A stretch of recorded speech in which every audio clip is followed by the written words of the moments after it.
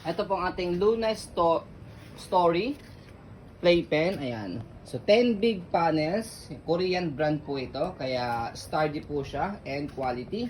So already washed and ready to use. Wala po itong faded, wala siyang discoloration, wala siyang mga cracks. Okay? Complete po siya. Ayan. So ang size po nito, estimated po namin, kasya po siya sa queen size. Ayan. Okay, pero pasok na pasok po siya sa may double size. Okay? Malaki po ito. So ito po yung sukat niya, unahin natin. By centimeter. Sa loob na po yung sukat ito, sa loob ah. Yan, sa loob. Ayan. 100. Ayan. So 105 centimeter yung haba. And then yung kanyang lapad,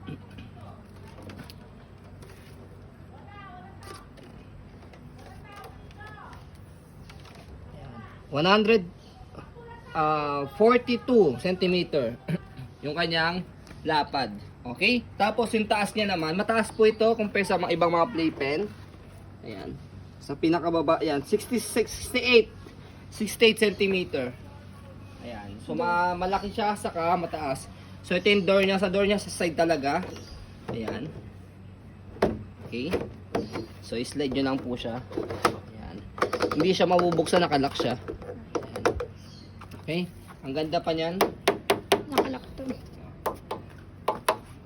Like nyo pa yung quality niya. Hindi siya naninilaw. Walang pen. Puti. Wala siya mga pen marks. Ang ganda pa. As a maselang seller, pwede po yun sa mga masiselang mga buyers. Sturdy siya. Sturdy minsan, hindi siya mababagsak ng bata.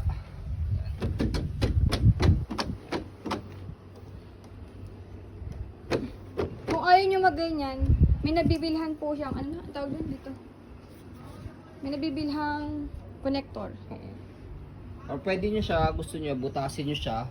Tapos, lalagyan siya ng suction cup para dumikit siya sa tiles. Pwede na yun. Optional lang naman yun. Optional. Pero kung bed kasi ilalagay nyo, di na kailangan. Optional lang naman yun. So, hindi naman gaganyanin ng anak niya yan. Yan. Wala naman naging... Hindi, gaganyan lang kasi di flat yung atin. Di flat yung ano, Like sa kabila. Okay? So, ayan po, as you can see, very details po kami sa ayan pong pag-video kasi ang aming shop policy, no refund, no exchange. What you see is what you get.